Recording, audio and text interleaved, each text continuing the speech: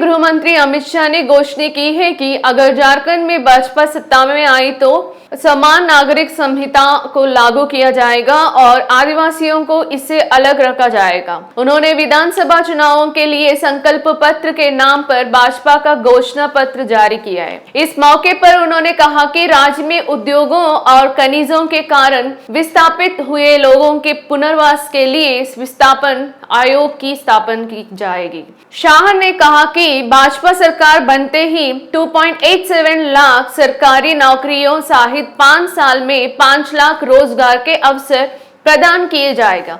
500 रुपये में gas cylinder, स्नातक युवाओं को बेरोजगारी भत्ता, महिलाओं को हर महीने 2100 रुपये आर्थिक सहायता और संयुक्त नागरिक संस्कृति के कार्यान्वयन जैसी प्रमुख वादों का उल्लेख घोषणा पत्र में किया गया है। शाह ने कहा कि राज्य में अवैध रूप से प्रवेश करने वालों को बाहर किया जाएगा। उन्होंने कहा कि सोरेन शासन के दौरान अवैध घुसपैठियों की संख्या बढ़ी है, जिसके कारण संथाल परगना में आदिवासी आबादी घट रही है। उन्होंने चिंता व्यक्त करते हुए कहा कि भाजपा के सत्ता में आने पर अतिक्रमित भूमि को पुनः प्राप्त करने के लिए कानून लाया जाएगा। उन्होंने कहा कि राज्य की संस्कृति, रोजगार और बेटियों की सुरक्षा के लिए जरूर है कि ऐसी गतिविधियों पर रोक लगाई जाएगी। अन्य राजनीतिक दलों से अलग भाजपा ने कहा कि वह कल्याणकारी योजनाएं बनाते हैं और किए गए वादों को निष्ठा से पूरी करते हैं। उन्होंने पेपर लीक में शामिल लोगों को